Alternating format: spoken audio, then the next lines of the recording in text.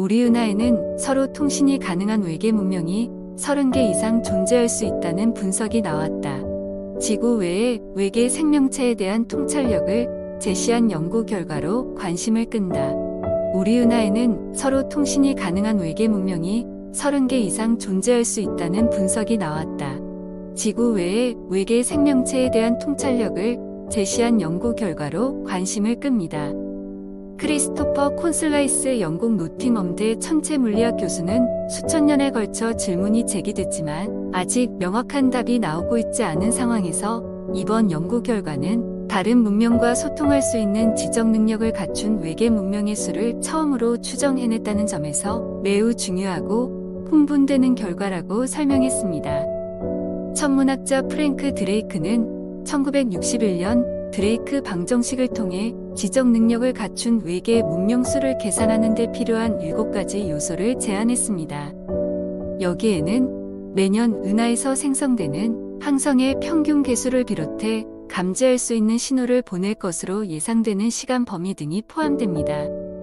그러나 이들 중 측정 가능한 요소는 거의 없었다.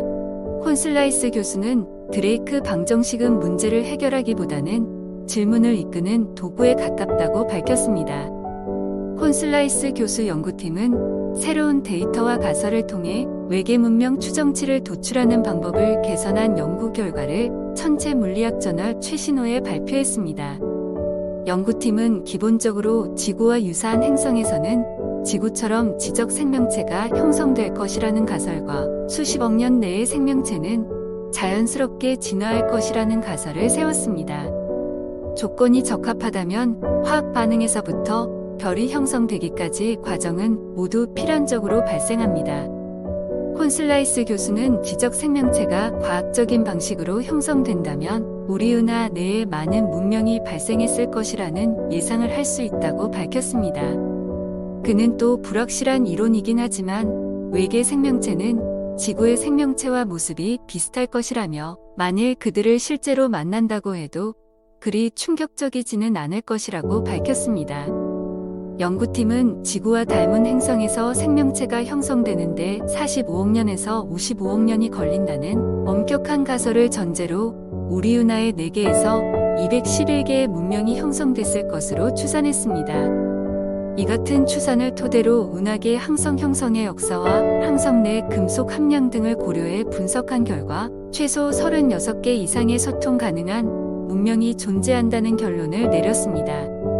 이 같은 결론에 대해 콘슬라이스 교수는 이 수치도 어찌 보면 보수적이라며 우리 지구 문명이 얼마나 오랜 기간 동안 우주로 신호를 보냈는지 시간 범위를 토대로 계산된 것이기 때문이며 인류가 외계로 신호를 보낸 기간은 약 100년에 불과하다고 말했습니다.